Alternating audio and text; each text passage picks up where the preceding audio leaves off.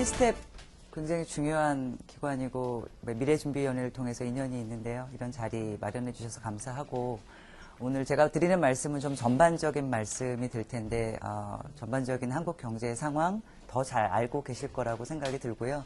앞에 좀 간단히 말씀을 드리고 뒤쪽으로 저희가 컨설팅을 15년간 기업을 대상으로 수행하고 있기 때문에 사실은 기업 내부적으로 어떤 것이 문제인지 성공하는 기업들은 이걸 쓸까요?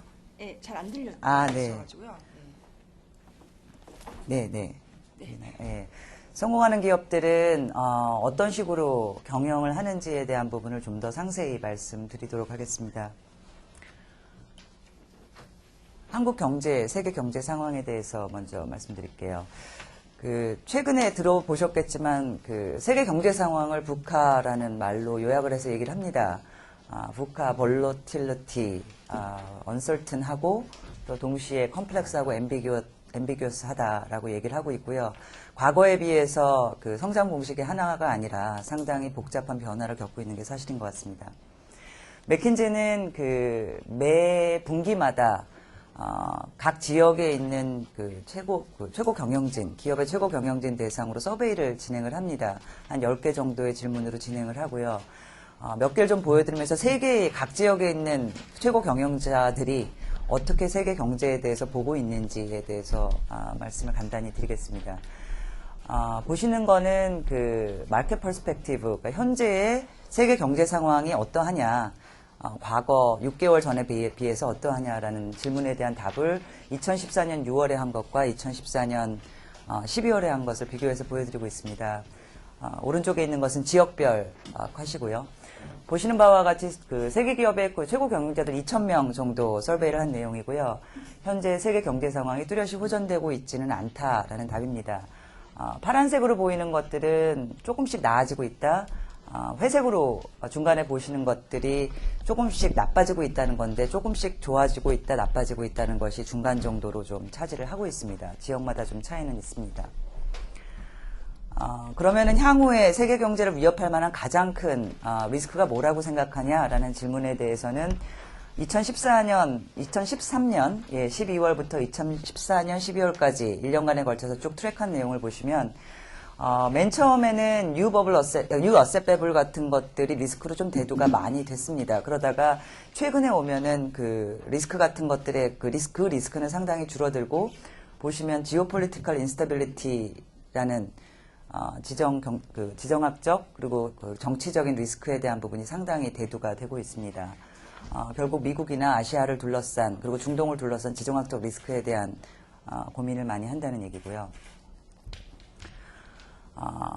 그러면 향후에는 어떻게 될 것 같냐? 특히 자국의 경제 상황이 어떻게 될 것 같냐라는 질문에 대해서는 상당히 호전될 것 같다라는 답을 하고 있습니다. 특히 보시면 인디아에 계신 분들은 상당히 긍정적으로 답을 하시는 것 같고 노스 아메리카로 갈수록 유럽, 그러니까 선진 경제로 갈수록 조금씩 부정적인 경향을 보이고 있는데요. 그래도 전반적으로 보면 세계 경제 상황은 좀 나쁘지만 자국의 경제 상황은 좀 좋아질 것 같다라고 얘기를 합니다. 다만 여기 보여드린 것은 하나의 컷이지만 과거에 리스폰드를 했던 것을 계속 트랙을 해보면 자국의 경제 상황이 나아질 것 같다라고 대답을 했지만 실질적으로는 크게 나아지지 않는 지난 2, 3년간의 트렌드가 있었습니다. 그래서 나름대로 노력을 많이 하고 있는 최고 경영진들, 기업의 경영진들은 나름대로는 본인들의 노력과 정부의 노력에 의해서 이제 경제 상황이 나아질 거다라고 희망을 갖고 있는 걸 보실 수 있고요. 페이지는 넣지 않았지만 맥킨지 전반적으로 볼 때는 미국의 성장이라든지 중국의 안정화라든지 여러 가지 팩터 때문에 세계 경제가 급격하게는 아니지만 점진적으로 안정화될 것이다 라고 저희는 보고 있습니다. 다만 국내 경제에 대해서는 아시는 바와 같이 부정적인 시각이 상당히 존재하는 것이 사실입니다. 아마 여기 와 계신 분들은 상당히 많이 잘 알고 계시는 내용일 것 같아서 빨리 넘어가겠습니다. 잠재적 성장률 이슈가 있고요. 점점 낮아질 것으로 전망이 되고 있습니다. 분배뿐만 아니라 성장 자체의 이슈가 있고 이런 문제 때문에 사실은 탈성장주의라든지 성장이 과연 해법이냐 다른 것들이 우선시 되어야 되는 것이 아니냐라는 사회적인 이슈가 많이 되고 있는 것이 사실입니다. 국내 경제가 이렇게 세계 경제가 호전됨에도 불구하고 저희는 계속 암울하게 보고 있는 이유가 뭐냐라고 보면 몇 가지의 구조적인 요인을 좀 뽑아봤습니다. 물론 그 경제 단체마다 그 이유로 뽑는 것들은 굉장히 다양하다라고 생각을 합니다. 다만 그 여러 가지 리포트들과 저희의 뷰포인트를 다 종합해 보면 사실 몇 개로 좀 압축되는 것을 볼 수가 있습니다. 다 아시는 바와 같이 국내 제조 부분으로 주로 되어 있는 대기업 성장 많이 일어났죠. 그렇지만 그 대기업의 성장률을 대부분 생산성 증가에 의해서 상쇄를 했습니다. 그렇기 때문에 고용 증가는 많이 이루어지지 않았고요. 거기에다가 해외 생산 비율까지 들어가면서 저희 경제, 한국 경제 자체에는 그다지 긍정적인 영향을 미치지 못했습니다. 두 번째는 다 아시는 바와 같이 그 대기업과 중소기업, 그리고 저희 정부에서 구분해 보면 중견기업 이렇게 세 가지로 구분을 하죠. 그 세 가지 단계에 있어서 중소기업에서 중견기업, 중견기업에서 대기업으로 가는 그 레더가 상당히 스티프하다는 걸 보실 수 있습니다.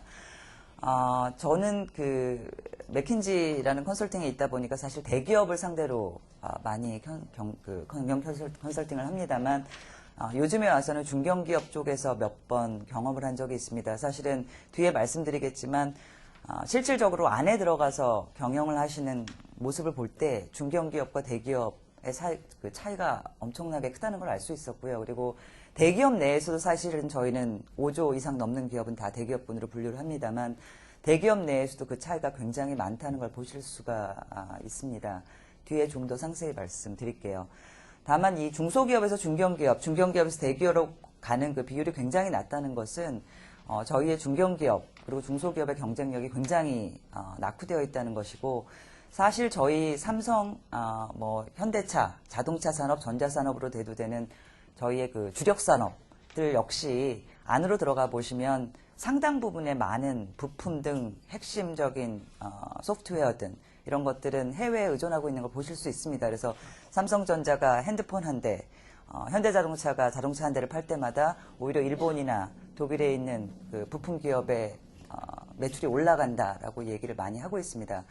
대안이 없기 때문에 상당히 비싼 돈을 주고 사고 있고요. 저희가 지금까지 경제 성장의 면모가 대기업 위주로 그리고 양적 성장 위주로 돼가면서 사실은 굉장히 매출 위주로 이루어졌고 기술적인 그 발전이 상당히 제한되어 있던 것이 사실입니다.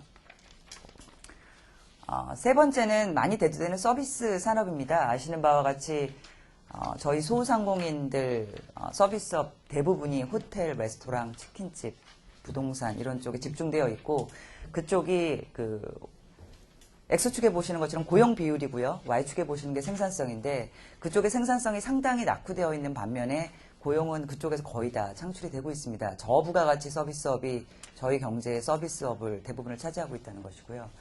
실제로 IT 서비스, 금융 등등의 서비스는 상당히 낙후되어 있습니다. 사실 저희 나라에서 그 3위권, 5위권 내에 드는 금융 기업 중에 해외에서 제대로 활동하고 있는 기업은 거의 없습니다.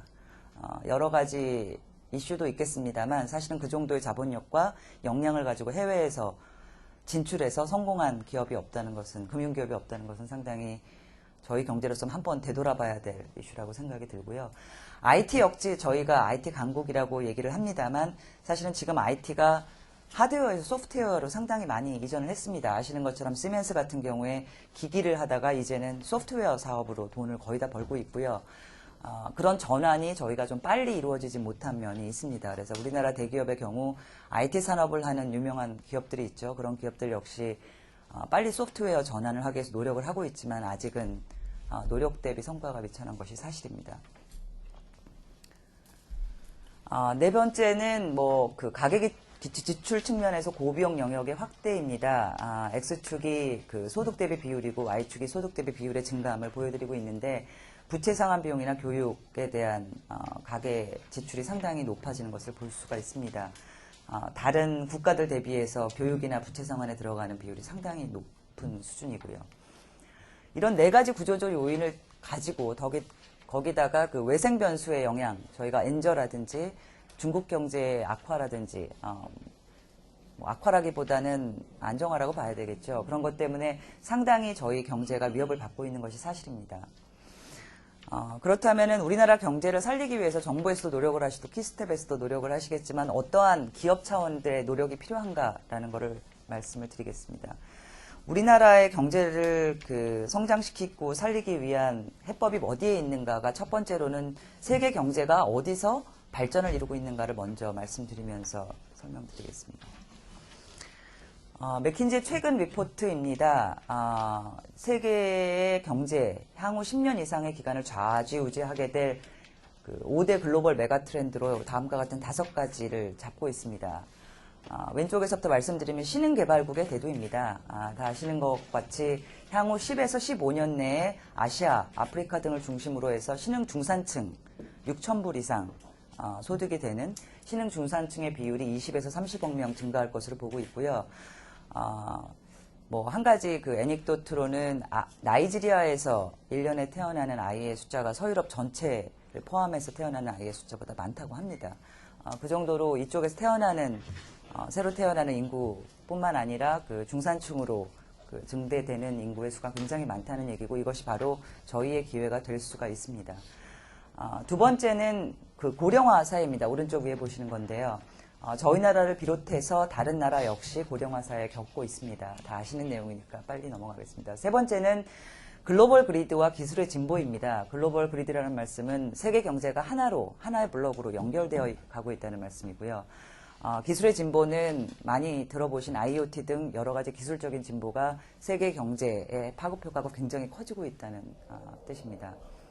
그 외에 두 가지는 자원의 희소성과 정부의 역할의 증대입니다. 그래서 이 5가지를 세계 경제를 볼 때 그리고 기업 자체적으로도 전략을 짤 때 사실은 고려해야 할 주요할 5개 요소로 보고 있습니다.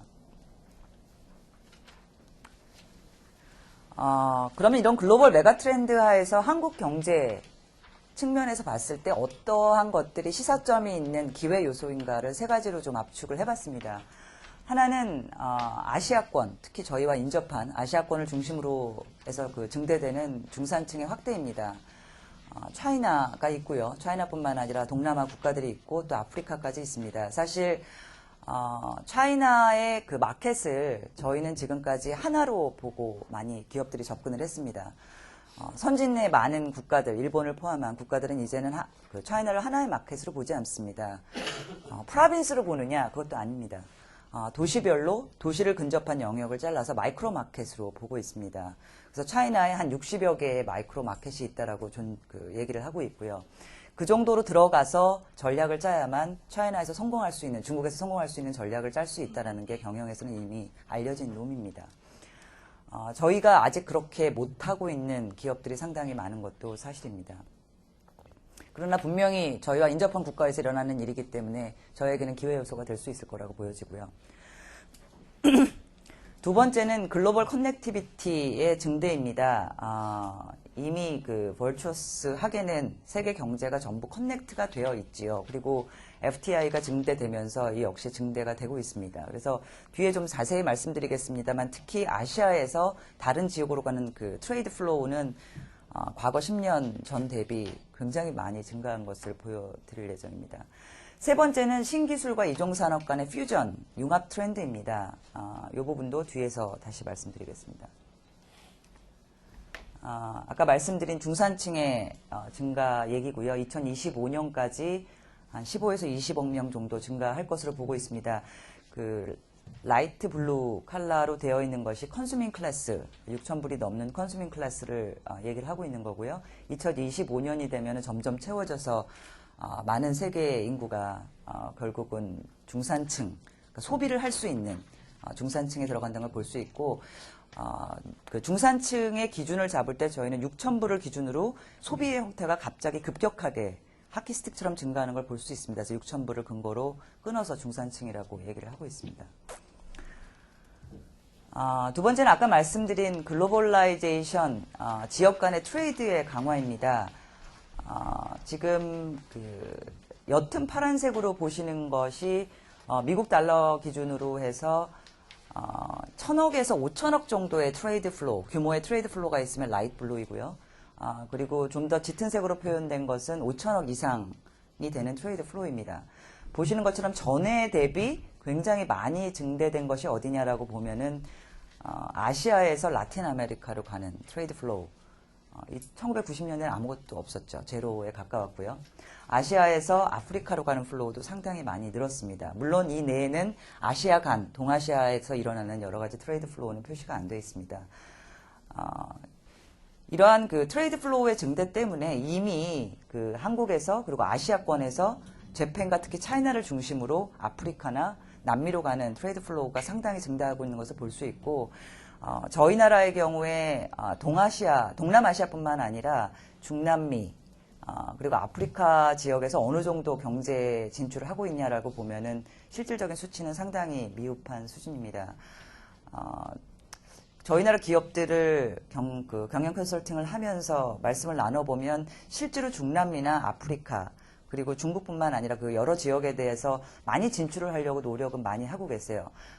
뒤에 좀 말씀드리겠습니다만 우리나라 기업들의 특성상 저희는 글로벌라이제이션을 할 수 있는 방법이 결국은 조직적으로는 두 가지밖에 없다라고 생각을 합니다. 하나는 GE의 모델인데요. GE의 모델은 본사에서 사람을 직접 보내는 것이 아니라 그 지역에서 우수한 인재를 채용을 해서 그 지역에서 키웁니다. 그래서 결국 글로벌을 이루고 있고요. 독일의 모델, 시멘스가 좀 대표적인데 그쪽 모델은 보냅니다. 차이나에도 보내요. 근데 보내서 돌아오게 하지 않습니다. 20년, 30년 그 지역에서 거의 로컬화가 돼서 그 지역의 경영진으로서 성장을 합니다. 우리나라 기업들은 대부분 한 3년에서 5년 만에 돌아옵니다. 그러다 보니까 초기에는 굉장히 자본을 많이 투입을 해서 우수한 제품 기술력을 가지고 투자를 하지만 실질적으로 그 지역의 일원으로서 동화돼서 경영을 못하는 측면이 많이 있습니다. 그래서 이러한 트레이드 플로우, 얼마나 많이 우리 제품이 나가느냐가 중요한 것이 아니라 이제 점점 세계 경제가 일방적인 수출에는 굉장히 많이 문이 닫히고 있습니다. 과연 그 지역에서 얼마나 로컬화돼서 그 지역의 경영을 제대로 할 수 있냐가 문제인데 그런 경영 역량의 측면에서는 저희 기업의 마인셋이 상당히 바뀌어야 된다고 보고 있습니다. 세 번째는 아까 말씀드린 기회 요소의 하나인 기술의 진보입니다. 여기 토론 패널로 참석하신 분들도 전문가분들이 많이 계시는 걸로 알고 있고요. 저희는 컨설팅이기 때문에 숫자로 계산을 좀 해본 수치입니다. 12개를 디스럽티브 테크놀로지, 와해성 기술이라고 정의를 했고 그 12개를 자른 이유는 다른 많은 기술들을 고려를 했습니다만 이 정도의 경제 파급 효과는 없다라고 생각하는 기술들은 좀 과감히 잘랐습니다. 보시면 모바일 인터넷, 설명드릴 필요 없을 것 같고요. 날리지 워크의 오토메이션, 결국 컴퓨터를 통한 날리지 워크의 대체입니다. IoT, 클라우드 테크놀로지이죠. 저희 나라에 아직 많이는 상용화 안 됐습니다. 로보틱스가 있고요. 그 다음에 저희가 흔히 무인 자동차라고 부릅니다만 자율주행 운행이죠. 자율운행. 넥스트 제너레이션 지노믹스, 그 다음에 에너지 스토리지, 퓨얼셀 등으로 대두되는 에너지 스토리지, 3D 프린팅, 어드밴스드 머티리얼, 그 다음에 오일가스 익스플로레이션과 테크놀로지의 진보, 그리고 리뉴어블 에너지, 이렇게 12개를 와해성 기술이라고 보고 있고, 그 기준은 오른쪽에 보시는 것처럼 굉장히 진한 파란색으로 되어 있는 것이 직접적으로 적용되는 산업의 규모를 저희가 2025년까지 얼마나 될 거냐, 애뉴얼리 이렇게 본 것입니다. 보시면 모바일 인터넷 같은 경우에는 직접적으로 적용되는 산업 자체가 미국 달러 기준으로 3조에서 4조 규모가 될 거로 보고 있고요. 그 다음에 라이트 그레이로 보시는 옅은 회색으로 보시는 것이 소비자 이익 가치입니다. 직접적으로 기업에 오게 될지 어디로 가게 될지는 모르지만 결국 어느 정도의 가치 창출이 가능하냐라는 걸 본 거고요. 잉여 가치를 봤을 때는 거의 10조 규모까지 될 것으로 보고 있습니다. 그 외에 사실은 저희가 사이징을 하기 어려웠던 다른 어플리케이션에 대한 적용까지 포함하면 상당히 큰 규모가 될 것으로 보고 있고요. 적어도 2천억에 3천억 달러 이상의 규모가 되는 파급 효과가 있는 기술들을 와해성 기술이라고 저희는 경제적인 관점에서 평가를 했습니다. 이 12개의 디스럽티브 테크놀로지는 저희 기업에서도 상당히 많이 적용을 하고 개발을 하려고 노력을 하고 있고요. 사실은 밑에 있는 리뉴어블 에너지나 오일앤가스, OFS이라고 저희가 부르는데 저쪽 것들은 저희가 하기가 굉장히 어렵습니다.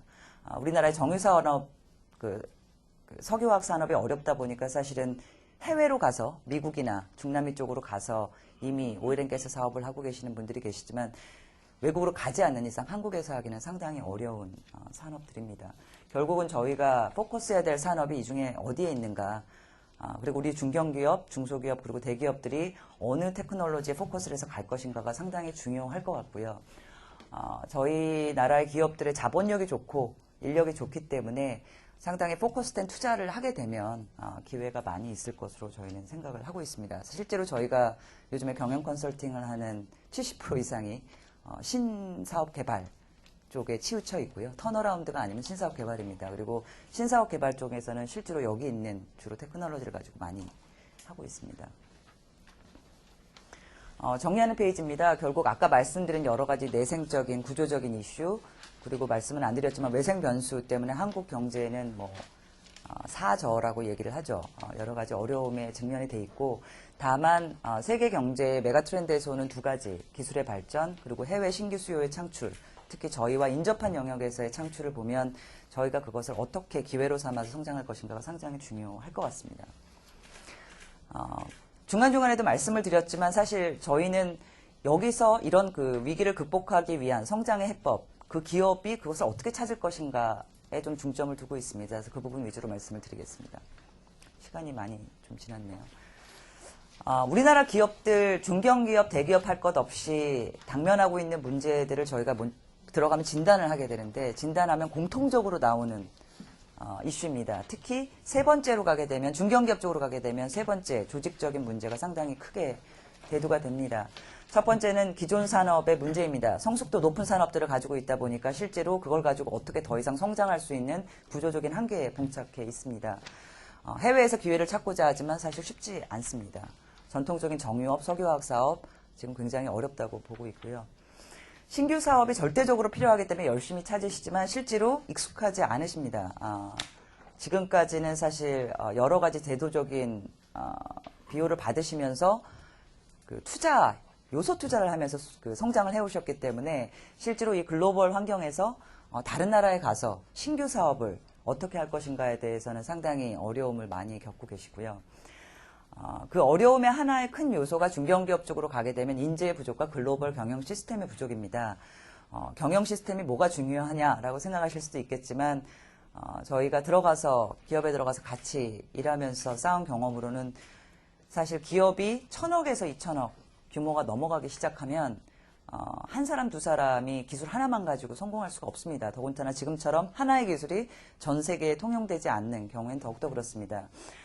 그렇기 때문에 우리나라 기업들 같은 경우에는 세 번째에 있는 경영 시스템이 상당히 잘 안 갖춰져 있는 기업이 많고요. 그러다 보니까 그 글로벌 사업을 확장을 하셔도 이게 레플리케이트이 되지가 않습니다. 레플리케이트이 되지 않다 보니 여기 있는 경영진을 보내서 하셔야 되는데 경영진이 부족하니 나갈 사람이 없고, 현지에서 누굴 채용하면 글로벌 인재를 관리하실 역량이 없기 때문에 난공불락의 상황에 처하는 경우가 많습니다. 기업 문화의 이슈도 상당히 심각하다고 보고 있습니다. 전통적으로 상명하복, 업무 비효율 굉장히 당연한 것으로 여겼습니다. 그래서 기업에 들어가 보면 저런 이슈들 때문에 사실은 굉장히 좋은 아이디어들 기업 내에서 나와도 사장되는 경우가 대부분입니다. 나오지 않는 경우도 많고요. 왜냐하면 그걸 낼 필요를 느끼지 못하니까요. 그래서 이런 이슈들을 근본적으로 해결해서 질적 성장을 이루지 않으면 사실 정부나 아니면 키스텝에서도 마찬가지, 많은 정부에서 노력을 해도 스스로 모든 기업이 성장하고 살아나갈 수 있는 해법을 바깥에서 찾아줄 수는 없다라고 생각을 합니다. 그래서 기업 자생적으로 저런 노력을 할 수 있는, 역량을 쌓을 수 있는 사회적인 그 공감대, 포커스가 이루어지는 것이 상당히 중요하다라고 저희는 생각을 합니다. 아까 말씀드린 것처럼 성장이 어려우니 탈성장에서 해법을 찾아보자고 합니다만 전체적인 사회적으로는 그렇습니다. 기업의 경우에는 그렇지 않습니다. 기업은 성장을 하지 않으면 도태가 될 수밖에 없다라고 생각을 하고 있고, 그것은 임피컬리 증명이 되고 있습니다. 보시면 그 GDP 이상의 성장률을 보인 기업, 그러니까 성장률이 상대적으로 높은 기업들 대비 그렇지 않은 기업들을 봤을 때 실질적으로 생존율이 얼마나 되고 총 주주가치, TRS 성장이 얼마나 됐냐를 보여드리고 있습니다. 보시는 것처럼 생존율 자체가 50% 이상 차이가 납니다. 그래서 기업 자체는 사회는 모르겠습니다만 기업 자체는 성장을 하지 않으면 생존할 수 없는 구조적인 특징을 가지고 있습니다. 물론 기업이 끊임없이 성장할 수 있는 건 아닙니다. 보시는 것처럼 매출이 20조 미만일 경우에는 뭐 20%, 30% 고성장도 과거에 가능했습니다만 그 기간에도 매출이 굉장히 큰 기업들은 당연히 분모가 크기 때문에 성장할 수가 없습니다. 그렇게 크게는. 그럼에도 불구하고 굉장히 큰 규모의 기업들이 적어도 9%대 이상의 폴춘 500 기준으로 보면 성장률을 이루었다는 거고요. 우리나라 기업들도 사실 이 기간에는 큰 기업들도 많은 성장을 이루었었습니다. 과연 성장을 이룬 기업들 얼마나 오래 갈까를 저희가 봤고요. 여기 보시면 국내의 경우에는 그 과거에 저희 10년간의 GDP 성장률 평균을 보면 4% 정도였어요. 그 4% 이상의 영업이익 성장률을 보인 기업, 그리고 그 40년 이상 존속한 기업 기준으로 골랐고, 해외 기업은 GDP 성장률 이상의 매출 증가율, 그리고 현재까지 한 30년 정도 기준으로 봤을 때 존속하는 기업들입니다. 지속적으로 성장하면서 생존하고 있는 기업들이 어딘가 봤을 때 많지가 않습니다. 국내의 경우에도 손꼽을 정도고요. 해외의 경우에도 많지는 않습니다. 많지 않음에도 불구하고 있다는 것은 저런 기업들이 어떻게 저렇게 성장을 이루었는가를 찾아보는 것이 저희 나라의 적어도 큰 기업들, 규모가 큰 기업들한테는 굉장히 중요하다고 볼 수 있고요. 성장을 근데 이루려면 어떻게 해야 되느냐 라는 관점으로 맥킨지는 사실 많이 고민을 합니다. 성장을 하게 해달라. 거기에 대한 자문을 많이 요청을 하시기 때문에 어떻게 해야 기업이 성장할 수 있을까를 기업 자체적으로도 보지만 전체를 총합해서도 계속 통계를 내보고 있습니다. 여기 보시는 거는 과거에 성장했던 기업들의 성장의 원천이 어디에 있었을까를 분리를 한 거고요. 대부분 시장에 나가서 열심히 경쟁해서 선도사 혹은 경쟁사 대비 마켓쉐어를 따오면 성장할 수 있다고 생각하는 경우가 많이 있습니다. 근데 실제로 보시면 점유율 증대를 통해서 성장하는 경우는 거의 없습니다. 경쟁사가 놀고 있지 않기 때문이고요. 예. 저희가 구사하는 여러 가지 영업적인 전략들이 경쟁사에서 따라올 수 없는 것들이 아니기 때문입니다. 그래서 결국은 시장의 성장 모멘텀을 얼마나 제대로 찾아가느냐, 그리고 인수나 제휴를 얼마나 적절히 활발히 활용을 하느냐에 좀 달려있는 것을 보실 수가 있습니다. 시장의 성장 모멘텀이라는 건 탄업을 바꾸라는 얘기는 아니고요. 지역이나 시장의 세그먼트, 성장이 급격히 일어나는 부분을 잘 찾아가서 성장을 하라는 그 뜻입니다. 그래서 과거로 보면은 5배 이상 점유율 증대 이외에 성장을 드라이브하는 요인이 그 두 가지였습니다. 두 번째 좀 제안드리고 싶은 것은 그 지속적 성장을 위해서는 아까 말씀드린 그 조직적인 경쟁력, 이게 말씀드리는 질적 성장이라고 볼 수 있을 것 같은데 한 면모인데 굉장히 중요하다는 것입니다. 저희가 그 지난 20년간은 주로 경영 컨설팅, 전략 컨설팅을 하다가 사실은 전략을 아무리 짜드려도 잘 실행이 안 돼서 이게 왜 그럴까라고 하다가 결국은 조직 쪽, 경쟁력 쪽으로 시야를 좀 넓혔습니다. 그래서 조직 경쟁력 관련된 것들을 사실은 전략을 짤 때 이제는 같이 들어가서 하고 있습니다. 그렇게 하지 않으면 서스테이너블한 실행이 안 되는 걸 많이 봤고요.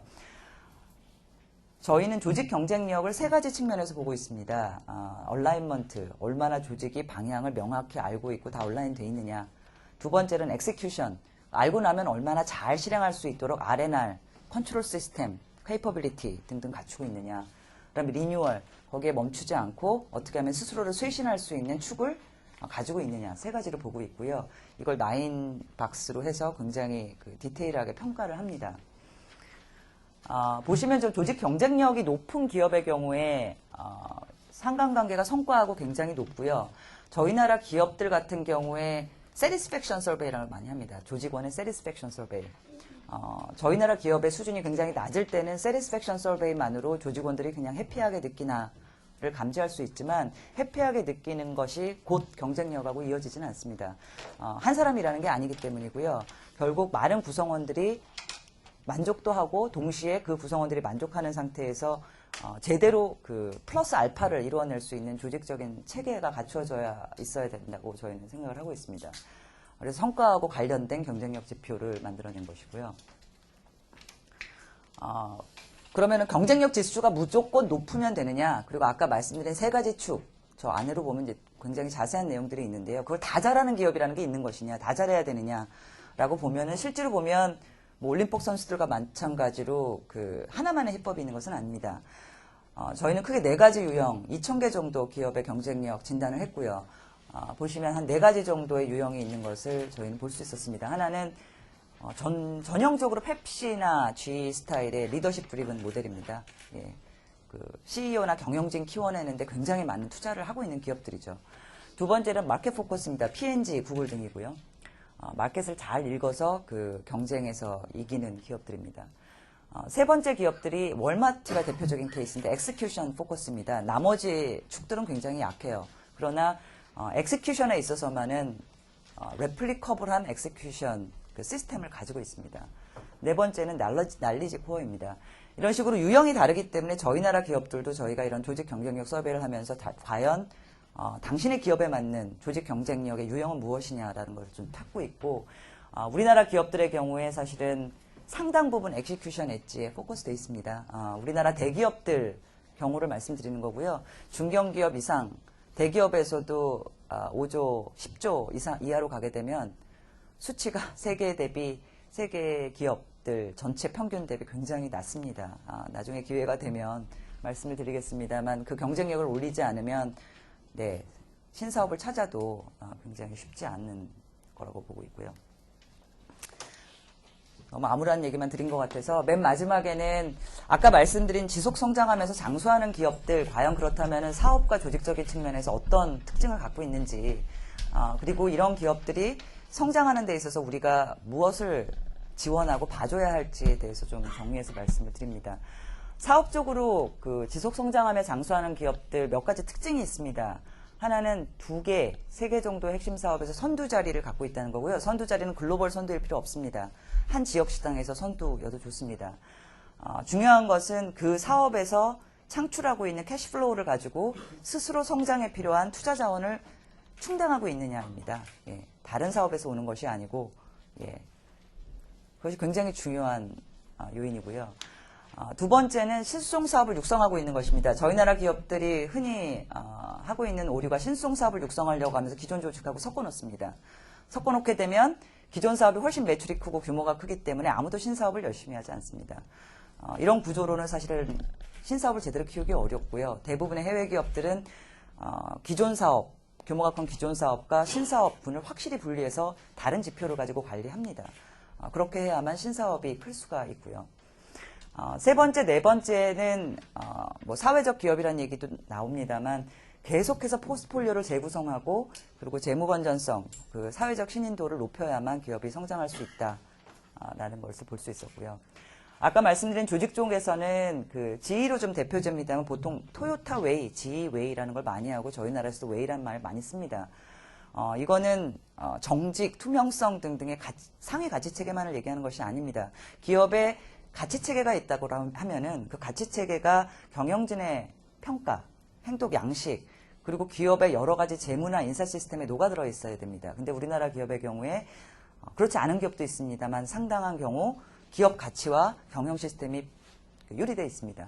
그러다 보니 사실은 가치 체계는 갖고 있지만 그것이 경쟁력의 원천인 way of working, 경영 시스템으로 전환이 안 되고 있는 것이 사실이고요.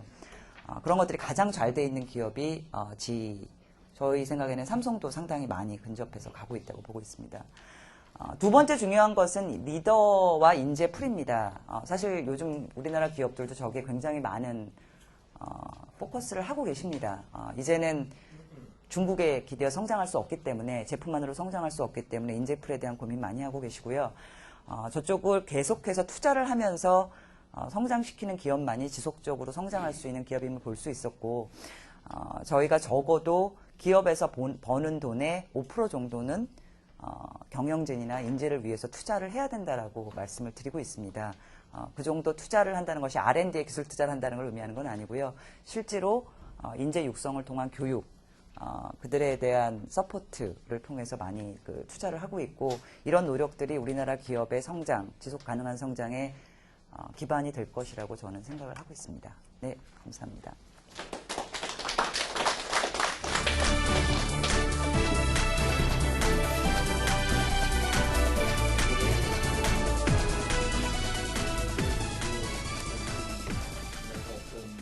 어떤 방향으로 나가야 될지 특히 이제 국내 기업의 여러 가지 그 사업. 오늘 강혜진 파트너께서 아마 맥킨지에서 바라본 글로벌 트렌드에 대해서 말씀해 주시고 또 거기에 대해서 또 한국 경제 상황도 나름대로 또 진단해 주시고 특히 그 과정에서 특히 우리나라 기업이 앞으로 이러한 트렌드를 또 잘 타고 넘어가려면 또 잘 극복을 하려면 이제 어떻게 해야 될 것인가 하는 차원에서 말씀을 해주셨는데 특히 뒷부분에 이제 강조를 하신 것 같아요. 사업적 성과에 대해서만 너무 집착을 하지 말고 그와 함께 조직의 경쟁력, 조직의 건강도라고 하는 조금은 이제 장기적일 수가 있고 조금은 또 쇼텀으로서는 잘 나타나지 않겠지만 그쪽에 대한 투자 또 이런 것이 좀 필요하다는 말씀을 강조해 주신 것 같습니다. 100% 저도 동의를 하고요. 각각의 사안에 대해서는 뭐 여러 가지 뭐 약간씩의 뭐 이견도 있을 수 있고 또 하지만 대부분 제가 동의를 하고요. 제가 주어진 시간이 짧으니까 간단하게 한 4가지 꼭지에 대해서 제가 생각하는 것을 말씀드리고 싶습니다. 보통 조금은 이게 좀 죄송스러울 수도 있지만은 이게 이제 이러한 문제점에 대한 해석, 문제점에 대한 진단 같은 경우는 굉장히 많은 경우에 많은 부분에서 일어납니다. 항상 저희의 관심은 그래서 이제 어떻게 하냐 여기에 대한 것이죠. 오늘도 몇 가지 안을 주셨는데 제 개인적으로도 정작 중요한 이슈는 지금과 같이 조직의 경쟁력을 제고해야 되고 사업 성과에는 너무 집착하지 말고 또 대신 사업 성과도 올리기 위해서는 기존에 잘 되는 사업, 그다음에 신수종 사업을 또 개발해야 되고 다 맞긴 맞는데 이 안에서도 최소한 좀 우선순위가 있어야지 기업이 좀 따라할 수 있지 않을까 하는 생각을 합니다. 어떻게 보면은 다 좋은 얘기이기 때문에 해야 되는 얘기이기 때문에 조금은 실제로 그것을 수행해야 되는 사람 입장에서는 좀 애매하거든요. 그래서 그런 문제들을 어떻게 할 것이냐, 어떻게 좀 더 핀포인트에서 말씀을 해줘야 될 것이냐 하는 것이 제가 가지고 있는 근본적인 생각입니다. 특히나 지금처럼 성공적인 해외 기업을 중심으로 했다 그러는데 그것이 사실 여러분들도 다 아시겠지만 우리가 보통 이제 BP라고 하지 않습니까? 베스트 프랙티스 같은 경우에 그로부터 우리가 많은 아이디어를 챙길 수는 있지만은 사실 그 BP라고 하는 것이 가지고 있는 독특한 컨텍스트가 있죠. 어떠한 기술이라고 하더라도 그것이 그 나라에 들어가서 이것이 임플리멘트 될 때는 그 나라에 로컬라이즈 되는 것이 일반적입니다. 그러니까 똑같은 사업이 한국에서나 일본에서나 또는 나이지리아에서 똑같이 되는 건 아니거든요. 그래서 어떻게 로컬라이즈가 될 것이냐가 중요한 것처럼 이러한 우수한 장수 기업의 프랙티스를 우리가 어떻게 테이크인 할 것이냐 또 굉장히 많은 조정과 코디네이션이 필요할 거라고 저는 생각을 합니다. 특히나 로컬라이즈가 될 때의 큰 어떤 장벽이라면 장벽이라고 하는 것이 또는 또 뭐 촉매가 될 수 있는 것이 이제 정부가 해당 국가의 정부가 해당 시정부 또는 해당 뭐 전체 정부도 되겠죠. 정부가 어떠한 스탠스를 가지고 있느냐 하는 것도 되게 중요하거든요. 그래서 조금은 우리나라에서 예를 들면 G나 지멘스 같은 얘기 이 친구들에 대해 뭐 어떤 것을 잘했다고 하는 지난 한 40년의 경험을 통해서 잘한 얘기가 과연 우리나라에서 어플라이가 될 때는 이제 어떠한 컨텍스트에서라고 하는 것과 같은 그러한 것이 조금 더 있으면 좋겠다는 것이 첫 번째 생각이고요. 마찬가지로 여기에 대해서 또 한마디 더 하게 된다면은 이 타깃이 누구시냐입니다. 예를 들면은 지멘스의 프랙티스를 따라갈 수 있는 게 조그만 중소기업은 절대 아닐 겁니다. 그리고 지금 맥킨지에서 주로 담당하시는 분들은 5조 이상의 큰 기업들이죠. 그래서 이런 얘기가 조금은 더 어디언스가 좀 더 구체화됐으면 좋겠다고 하는 것이 이러한 논의의 실질적인 효과를 만들어낼 수 있는 그런 것이 아닌가 하는 생각이 첫 번째 듭니다. 그래서 항상 저희도 이제 행정학 또는 저는 정치학에서 정부라든지 공공기관에 대한 이제 나름대로의 컨설팅을 가끔 하는 경우도 있는데 그런 경우에서 제일 조심스러운 게 BP가 가지고 있는 베스트 프랙티스가 가지고 있는 장단점에 대해서 저희가 되게 조심스러워 하거든요. 그래서 그런 부분도 이번 기회에 다시 한번 좀 같이 생각을 했으면 좋겠다는 생각입니다. 두 번째는 오늘 제시하신 여러 가지 대안들, 사업 측면에서의 대안과 조직 측면에서의 대안들이 있는데 사실 이 두 가지가 저도 많이 느끼는 거지만 이 두 가지가 사실 이렇게 떨어져 있는 것이 아니라 굉장히 인터윈드 되어 있습니다. 그러니까 사업적인 측면에서의 뭐를 지금 해야 되겠다는 말씀을 하시는데 그 정도가 되려면 어느 정도 조직 경쟁력이 있어야 할 수 있습니다. 그리고 또 이런 조직 경쟁력을 위해서 우수 인재를 확보하고 투자하고 뭘 하려고 그러면 그럴 만한 돈, 쉽게 말하면 사업 성과가 있어야 할 수 있습니다. 그래서 이 두 개에 대한 것도 사실은 어떻게 보면은 둘 다 우리가 지향해야 될 바이지만 실제로 이거를 임플리멘트 할 때는 실제로 이걸 집행을 하거나 적용을 하려고 하다 보면은 이것이 안에 있는 굉장히 미세한 조정과 미세한 우선순위에 대한 판단이 계속적으로 필요하거든요. 그래서 아마 그런 것이 이제 맥킨지에서 컨설팅을 통해서 잡아내는 거 아닌가 그런 생각을 합니다. 또 그런 측면에 있어서 말씀을 좀 드렸으면 좋겠고 조금만 더 밑에 내려가서 추가한다면은 아까 제일 중요한 어떤 조직 차원에서의 지금 또 조직학 공부를 조금 해서 그러는데 얼라이먼트라든지 엑스큐션이라든지 리뉴얼 같은 것도 되게 좋은 조직 운영 방침 같은 것이죠. 그런데 이 세 가지도 그 내적으로도 굉장히 컨플릭트가 많이 생길 수가 있습니다. 1947년입니다. 미국에서 한창 이제 산업이 막 발전할 때 귤릭이라고 하는 조직학자가 있었습니다. 그 조직학자가 포스트 코브라는 이름을 가지고 해서 조직 운영에 있을 때 몇 가지 원칙을 제시했고 많은 사람들이 그걸 따르기로 했죠. 근데 그 당시에 한 학자인 물론 나중에 노벨상을 탔지만 사이먼이라는 교수가 거기에 대해서 이제 좀 비판을 한 적이 있습니다. 왜냐하면 이게 좋은 아이디어이긴 한데 그것이 실제화될 때는 항상 문제가 있는 거죠. 인터널 컨플릭트가 자꾸 생긴다는 거죠. 그래서 거기에 대한 것을 이제 지적을 한 적이 있는데 그거는 저희 스스로도 그 이후로도 저희 쪽에서도 항상 조심하는 문제이기로 해서 이런 아이디어를 우리가 많이 받아들이되 조금은 더 구체화시킬 수 있는 얘기로 전환을 시켰으면 좋겠다는 생각입니다. 그게 첫 번째고요. 두 번째 같은 경우는 아까 말씀하신 것처럼 저는 이제 세계 경제 파트에 대한 맥킨지의 진단이 저는 되게 놀랍다고 생각을 합니다. 왜냐하면 아까 말씀하신 것처럼 버블 에셋에 대한, 그러니까 에셋 버블에 대한 이제 우려가 과거에 한참 많았었는데 그것이 조금 좀 줄고 특히 이제 지정학적인 문제에 대해서 관심이 많다는데 제가 이렇게 보니까 2013년, 14년 그때 그게 이제 막 성장을 했는데 그때가 그 뭐죠? 우크라이나 문제 있고 막 그러면서 막 발동할 때란 말이죠. 그러면서 연결을 해보면은 당시 그때 다국적 기업 엑슨모빌이나 지멘스가 그쪽 동네에서 무지 손해를 봤다고 제가 들은 적이 있습니다. 그러니까 느낌이 뭐냐면 과거에와 달리 어떤 큰 다국적, 즉 세계화, 글로벌라이즈가 되면서 다국적 기업에 가지고 있는 어떤 관심이라고 하는 부분이 전반적인 이 세계 경제에 대한 트렌드를 논할 때 있어서 상당한 인플루언스를 하지 않나는 생각을 합니다. 왜냐하면 다보스 포럼이라고 하는 것 자체가 대기업들이 모여서 하는 거거든요.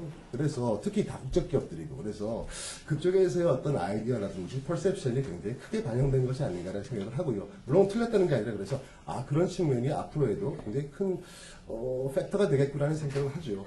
근데 그 얘기를 좀 더 생각을 해보게 되면은 과거에 비해서, 그러니까 옛날에 우리가 보통 기업이라든지 이쪽에서 정부에 대해서 규제 완화를 계속 강조하던 그런 모습에 비해서 조금은 통이 크게 그 당 정부라든지 또는 국제관계에 있어서의 어떤 얼만큼 안정적이냐, 기업 환경을 만들어낼 수 있는, 그러니까 이제 더 이상 개별 정부의 바운더를 넘어서게 되는 그런 얘기가 되는 것 같거든요. 그래서 그런 측면에 대해서는 과연 그러면 우리는 이제 어떻게 해야 될 것이냐. 답은 없습니다. 답은 없는데 아마 그런 식의 관심이 대기업을 중심으로 해서 크게 나타난다고 하는 것은 아마 그러한 방향에서의 어떤 국제 간의 조율 관계 문제도 앞으로 큰 이슈가 되지 않을까 그런 생각을 하고 특히 그러면서 제가 느끼고 있는 것은 아마 오늘도 다른 선생님이 말씀을 하시겠지만 그런 대기업에서 어떤 뭐라고 그러죠 사회적 책임이라고 하는 파트에 대한 관심이 굉장히 많아지고 있다는 걸 제가 느끼고 있는데 그러한 것도 아마 개별 정부라든지 개별 규제에 대한 어떤 대응이라기보다는 조금은 더 기업의 환경을 만들어 놓을 수 있는 그러한 어떤 새로운 전략이 아닐까라는 생각을 해봅니다. 그게 두 번째고요. 세 번째 같은 경우는 아까도 잠깐 말씀을 드렸는데 어떤 경우든지 간에 이러한 기술 그리고 그러한 기술이 실제로 그것이 적용될 수 있는 그 로컬 그리고 그 로컬을 또 조정하고 있는 왜냐면 개별 기업이나 개별 개인이 그걸 모든 것을 어저스트 하실 거나 또 대응하지는 못하지 않습니까? 보통 이제 그 정부가 그것을 대변하는 것인데 요 3자의 관계에 대해서 조금은 더 우리가 많은 연구 내지는 관심이 필요하다는 생각이 듭니다. 그러니까 예를 들면 맥킨지와 같은 쪽에서도 충분히 하시겠지만 저희 일반 연구기관이라든지 또는 일반 소비자 입장에서도 기술을 대변하고 있는 기업이죠. 그다음에 그것이 실제로 적용되는 그 로컬의 어떤 맥락 그리고 거기에 대해서 어떤 정부가 무엇을 해야 될 것인가에 대한 우리의 어떤 보이스 이런 것들이 조금은 더 상호 연계가 되는 그런 것에 대한 관심과 노력이 좀 필요하지 않을까 하는 생각을 해봅니다. 제가 잘 모르면서도 이런 말씀을 드려서 죄송한데 제가 가지고 있는 아이디어였습니다. 네, 감사합니다. 잠깐 저를 소개한다면 지금 우리가 이 저수상 호랭사에 많은 이야기 듣지 않습니까? 근데 제가 2006년부터 이제 1차 기본계획 저수상 호랭사 기본계획 5년마다 이렇게 국가 계획을 수립하고 있습니다. 지금 현재 대통령 직속 인원이고 그래서 2006년부터 2차, 그 다음에 2010년부터 15년까지가 2차 기본계획, 3차 기본계획 내년부터 하고 있는데 제가 1차 기본계획, 2차 기본계획 연구 파트에서 총괄을 했고 그 다음에 그다음에 현재 3차 저수상공사 기본계획 5년짜리인데 아마 제주 쪽에서 한 150조 이상 예산이 투입된다고 보는데 지금 현재 제가 현재 사무부 총괄을 하고 있습니다. 그래서 아마 제가 이런 관점에서 좀 말씀을 좀 드려야 될 것 같아서 저희들 지금 현재 그 3차 저수상공사 기본계획만 해도 지금 현재 전문가만 한 100명 투입을 해서 각계 분야에서 지금 현재 작업을 하고 있습니다. 하나가 이제 저수산 대책을 어떻게 할 것이냐, 수산을 어떻게 올릴 거냐 하는가 큰 파트고요. 두 번째로는 이제 노인층 두꺼워지다 보니까 이들 그 두꺼워진 노인층들을 갖다가 어떻게 우리가 이 삶의 질을 갖다가 보장할 것인가 이 문제. 세 번째가 이제 인구 경쟁력 국가라고 해서 과연 우리가 이 미래 성장 동력으로서 노동력 문제를 갖다 어떻게 가져갈 것인가 하나고, 그다음에 마지막으로 이제 지속 가능한 성장이라고 해서 주로 이제 이 고령 친화 산업이라든가 테크놀로지 쪽에 집중이 다루고 있습니다. 그래서 제가 저 총괄하고 있기 때문에 하는데 지금 저희들 쪽에서는 아까 뭐 맥킨지라든가 많은 말씀하셨지만 이제 국가 차원에서 과연 이 저수산 고령화 사회에 과연 우리가 지속 가능한 발전을 어떻게 가져갈 것이냐가 이제 가장 큰 핵심입니다. 우리가 현재 저수산 사회에서 출산율 올리자 하는 것도 궁극적으로 보면 한국 사회가 지속 가능하게 어떻게 갈 것이냐 이런 그 가장 큰 목적을 갖고 있습니다. 그래서 저수상공사 기본계획 목적을 보면 저희들 비전이라든가 목표를 보면 정말로 이 국가 사적으로 봐서는 지속 가능해야 된다. 두 번째 개인적으로 봐서는 삶의 질이 파괴돼서는 안 된다. 이 두 가지를 큰 목적으로 저희들이 연구를 하고 현재 그 정부의 그 사업을 하고 있는데 이제 우리가 이제 고려할 것이 뭐냐면 지금 현재 우리가 지난 그 수세기 동안에 우리가 성장을 갖추고 경제 발전, 사회가 발전해 올 때는 그 이면에는 그 인구 성장이라는 것이 큰 축이 있었습니다. 지금까지 우리나라뿐만 아니라 대부분 나라들이 인구가 계속적으로 끊임없이 성장을 해왔고, 상당히 특히 이제 우리 같이 베이비 세대를 겪었던 나라는 이 베이비 세대가 아주 크단 노동력으로서 성장을 갖다 주도해 왔습니다. 과거에 우리나라가 전 세계적으로 봐서는 주로 전쟁 이후에 베이비 세대를 겪었던 국가들이 이후에 극히한 성장을 이룩하면서 이 세계에서 성장을 이룩해 왔습니다. 우리나라도 다른 동남아시아 국가 이런 국가와 다르게 6.25라는 전쟁을 갖다 겪었고 6.25 전쟁 이후에 베이비붐이 크게 이루어졌고 그 이후에 이제 베이비 세대들이 이제 우리나라의 그 지난 40년 동안에 경제 성장, 사회 발전을 갖다 주도했다고 우리는 이제 평가를 하고 있습니다만은 근데 이제 앞으로의 이제 미래에 우리가 여러 가지 이제 국가 경영이라든가 경제라든가 많은 분야에서 우리가 이제 주안점 두고 있는 것은 앞으로의 사회는 이제 디파플레이션 인구가 감소를 하고 또 현재 인구 구조가 이제 크게 고령화됐을 때는 어떻게 될 것이냐 이야기를 많이 하고 있습니다만 저희들은 이제 지난 10여 년 동안에 이제 많은 추계, 그다음에 외국 학자들이라든가 많은 추계를 보면 고령 사회는 전성장 기조로 갈 거다. 현재 우리가 출산율이 여성 한 명이 한 2.2명이 나오고 있는데 앞으로 우리가 경제 성장은 우리 한국 사회는 이제 불행하게도 1% 미만으로 떨어질 거라고 지금 다 예측하고 있습니다. 우리나라 국민학자뿐만 아니라 상당히 외국의 OECD 국가 이런 데서도 우리나라 성장을 갖다가 그렇게 얘기는 하고 있습니다. 근데 가장 주범으로서는 인구 고령화를 갖다가 이야기를 하고 있습니다. 이런 것들이기 때문에 우리가 이제 보통 우리가 전 세계적으로 인구학적 관점에서 보면 인구 성장이 먼저 이루어지고 인구 성장 이후에 따라오는 것이 경제 성장인데 앞으로 인구가 감소했을 때는 과연 경제는 어떻게 할 것이냐 이런 것들이 이제 상당히 이제 고민되는 어떤 그런 부분이 있습니다. 그래서 이런 것들을 어떻게 할 거냐가 고민되는 부분인데 이와 관련해서 보면 이제 우리가 현재 이 저수산 고령화가 일어나면 우리가 가장 고민되는 문제가 노동력의 문제입니다. 현재 우리가 노동력이 이제 현재는 우리가 가동적입니다. 노동이 굉장히 풍부한 시기입니다. 전체 인구 중에서 노동이 차지하는 비율도 굉장히 아마 당구 신화일에 가장 높았던 거고, 그 다음에 생산 가능 인구가 매년 2016년에 이제 정점이 이루는 어떤 그런 시기다 보니까, 근데 이후에 이제 노동력이 이제 부족이지만 저희들 많은 국제인구 기관끼리 협업을 해서 일단 노동력 수급을 갖다 예측해 보면 2020년대 정도는 우리가 부분적으로 일어납니다. 공공섹터 부분에서 약간은 노동력 부족, 블랙홀이 일어날 수 있겠고, 그 다음에 이후에 2030년대에서는 이제 전 산업 부분에 대해서 특히 이제 블랙홀이 많이 일어나고 생각해서 노동력 수급에서 이제 우리가 노동 수급차를 갖다가 주로 2030년대를 갖다가 전 산업 쪽으로 이제 마이너스 되는 부족이라고 이야기를 국제무기관끼리 협업에서 연구를 하고 있는데, 근데 우리가 중요한 것은 이제 노동력이 이제 감소해서 부족해지면 이 노동력 고령화가 일어나기 때문에 노동 생산성이 감소를 하게 됩니다. 그래서 가장 중요한 것은 현재 일본의 우리가 많은 추이를 봅니다. 일본이 상당히 일본의 그 인구 정책이랄까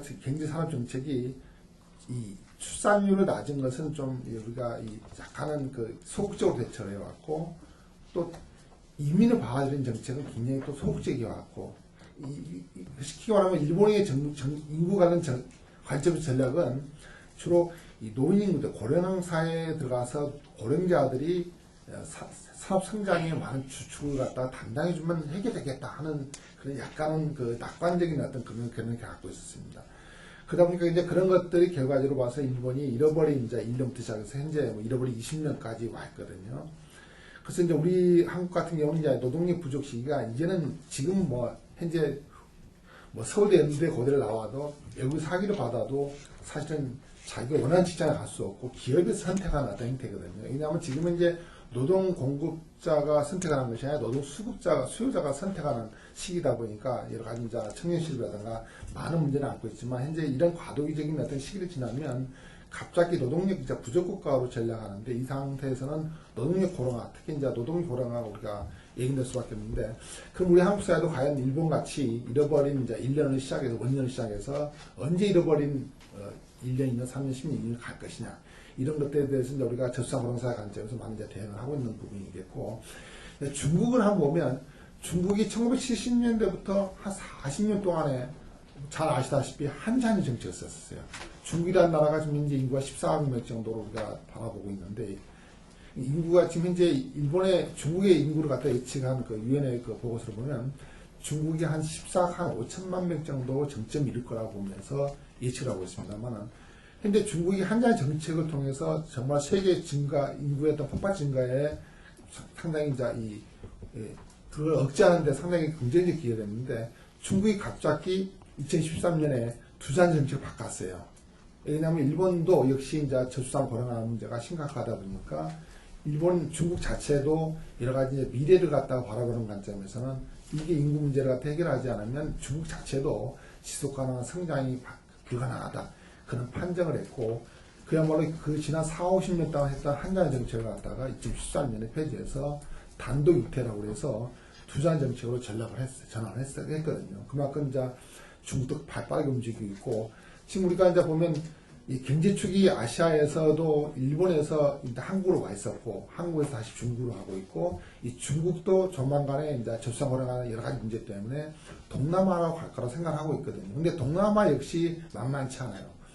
태국이라든가 베트남 이런 국가들이 이 저수상 고령화가 이제 우리가 초창기에 겪었던 것 같은 현재 그 징후가 나타나고 있거든요. 그래서 현재 베트남이라든가 라오스라든가 태국에서 우리 한국에 최근에 뭐 경제기획청 같은 데서 배우러 온 것은 뭘 배우러 오냐면 과거의 새마을운동 이런 걸 배우러 오지 않습니다. 지금 배우러 온 것은 뭐냐면 저수상 고령화를 어떻게 극복할 것이냐 이런 관점에서 오늘 왔더니 발빠르게 움직이고 있어요. 쉽게 말하면 현재 유럽사회에서 많은 국가들이 이미 OECD 국가에서 저수상 고령화 극복해서 다른 쪽으로 상당히 변화가 있지만 이것이 아시아권에 이제 확산되면서 일본, 우리나라뿐만 아니라 중국, 그 다음에 동남아시아도 발빠르게 인구 구조에 대해서, 인구 문제에 대해서 상당히 경제 성장하고 이게 맞물려서 이야기를 하고 있는 부분이 상당히 많습니다. 그래서 이런 것들이 이제 우리가 상당히 고민되는 부분이고, 그 다음에 우리가 이제 인구 감소하거나 특히 노동계층이 감소한다는 것은 우리가 보통 고령자들에 비해서 고령자들이 우리나라는 많아지는데 우리나라 고령자들이 전체 인구의 1,800만까지 증가하는데 지금 이제 우리나라의 노인 인구가 600만 명입니다. 한 20년만 있으면 이 노인 인구가 1,800만 명으로 증가하고 있거든요. 전체 인구에서 40% 차지하고 있는데 중요한 것은 뭐냐면 이 고령자 인구들이 소비력이 보통 이 젊은 노동자 계층의 5분의 1밖에 되지 않습니다. 그만큼 우리가 기업에서 많은 생산품을 만들어도 국내에서 이 생산품을 사줄 수 있는 소비가 갑자기 줄어들게 문제가 되어 있어요. 우리가 고령사라고 해서 노인층 증가에 대해서 그 자체 사회복 지출 증가 문제가 끝나는 것이 아니라 그야말로 내수 시장에 크게 위축되는 문제가 상당히 발생하고 있어요. 근데 우리나라가 지금 현재 보면 우리나라 같이 지금 현재 해외 수출 의존도가 높은 나라가 없는데 앞으로 우리가 내수 시장이 크게 감소하다 보면 과연 우리가 그나마 이 취약한 우리가 해외 어떤 의존도가 더욱더 높아질 수 있기 때문에 한국의 경제는 굉장히 불안할 수밖에 없는 그런 구조를 갖고 있다. 이런 문제 때문에 우리가 이제 상당히 고민하는 부분이겠고 또 하나 더 중요한 것은 노동력 계층이 굉장히 빠르게 감소하고 있는데 아까 말씀하셨다시피 이 노인 인구가 지금 현재 600만 명에서 한 20년만 있으면 3배가 3,000배 증가하다 보면 이게 이제 사회보장 지출, 특히 이제 건강보험이라든가 연금이라든가 지금 현재 2013년에 기초노인연금 도입했을 때, 그 다음에 올해 공무원연금 계획 같은 거, 이런 것들이 현재 우리가 고령사회로 들어가는 길목에서 하나의 시작에 불과합니다. 현재 이 계획 자체가. 저는 이제 국민연금이라든가 사학연금 이런 제가 이원으로 있지만, 이 현재 시작에 이제 불과하고, 우리는 이런 것들은 이제 앞으로 이제 굉장히 많이 볼 수 있는데, 이런 것들이 이제 문제가 어떻게 할 것이냐. 또 그러다 보니까 이제 국가 재정의 어떤 문제들, 이런 모든 것이 복합적으로 해서 한국 사회는 이제 우리가 이제 고령사회와 저성장이라는 어떤 그런 두 가지 키워드가 한국 사회 미래를 지배할 수밖에 없다는 건 이제 우리가 상당히 불안감을 갖고 있고, 이제 거기 따라서 우리가 이제 이 정부 차원에서 지난 10년 동안에 대응해왔던 건데, 뭐 아시다시피 사실은 잘 쉽지는 않습니다. 왜냐하면 이게 정부에서 투입도 한계가 있는 부분뿐만 아니라 부처 간에 또 여러 가지 또 해법의 문제도 있고, 또 하나 더 중요한 것은 이게 미래에 대한 준비하다 보니까 현재에 대한 어떤 현재 상황에 대한 대처하고 미래에 대한 준비가 약간 이게 우선순위가 밀리던 문제가 있어요. 그래서 상당히 우리가 저수장고령사의 관점에서 상당히 이제 문제가 있는 부분이 있습니다. 그래서 이제 제가 좀 더 구체적으로 보면 이제 생산 측면에서 봤을 때 우리가 이제 현재 노동력 공급 과잉 상태에서 우리가 이 기업이라든가 많은 국가 전략이 있다면 앞으로 노동력 부족이 있을 때는 우리가 어떻게 갈 것이냐 이런 것들을 우리가 고민할 필요가 있는데, 이때는 우리가 중요한 것은 이제 아까 이 기술 문제, 그 다음에 특히 이제 아까도 메커니즘 말씀하셨지만 과연 우리가 창의적 인력을 어떻게 양성하고 유지시키고 배출시킬 것인가, 이런 것들이 쉽게 말하면 저수자 고령사회의 관점이 양적인 우리가 문제이라면 이것을 갖다가 질적 문제를 해결할 수 있는 것이 한 축이 우리가 휴먼 캐피탈 문제, 창의 인재를 어떻게 가져갈 것이냐, 또 테크놀로지를 어떻게 우리가 좀 이 인구 문제와 접목시켜서 갈 것이냐, 이런 것들을 우리가 상당히 생산적 측면에서는 상당히 고민을 할 필요가 있습니다. 또 하나 중요한 것은 또 생산 측면에서 또 하나 문제는 우리가 현재 산업 구조 조정이 빨리 이루어져야 합니다. 우리나라 같은 경우는 현재 제조 비율이 OECD 선진국가에 비해서 높고, 미래 20년 이후에 30년 이후에도 전 선진국에 비해서도 여전히 제조업이 상대적으로 높은 어떤 비율을 차지한다는 것이 이 산업구조와 관련된 전문가들 하는 소리입니다. 그런데 우리가 산업구조를 갖다가 쉽게 구조조정이 하지 않으면 우리가 쉽게 이 인구 문제라든가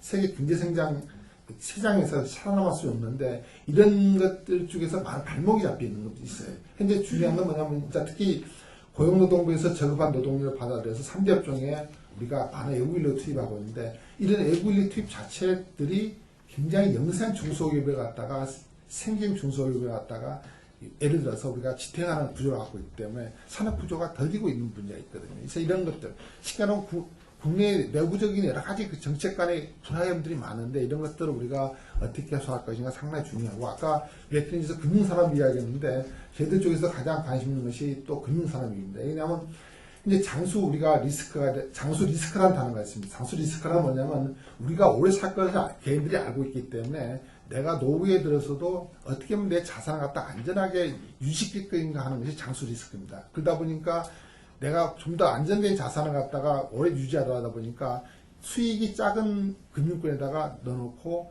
이자를 갖다 받아먹는 어떤 형태다 보니까, 해고하고 것은 우리가 자산은 많지만 이 많은 그 고령자들이 쉽게 말하면 이 빈곤층을 전략할 문제가 생깁니다. 그래서 이런 문제를 해결하기 위해서 우리가 금융시장 자체적으로 개혁을 해야 되는데, 우리나라 현재 금융시장들은 대체적으로 보면 내부적으로 굉장히 어떻게 보면 그 상품을 갖다가 단기 상품에서 수익을 뽑아먹는 구조다 보니까 이 고령자들이라든가 또는 해외시장 개최 이런 것들 쪽에서 상당히 미흡한 취약한 구조를 갖고 있습니다. 그래서 우리가 현재 저희들이 그 3차 기본계획도 금융위원회라든가 많이 우리가 불러서 같이 막 논의를 하고 있지만, 금융위원회 보면 여전히 일단은 그 내부적으로만 이렇게 역할 구조를 하고 이 금융이 좀 더 해외 확대하면서 좀 업그레이드 할 수 있는 그런 것이 기반이 보이지 않는 이런 것들도 우리가 이제 고민될 부분이 있습니다. 그리고 또 하나 중요한 것은 소비 측면인데, 이제는 우리가 이제 이 노동계층의 소비가 이 주도층이다, 지금까지 주도층이었다면 미래는 이제 고령자들이 소비의 주도층이 됩니다.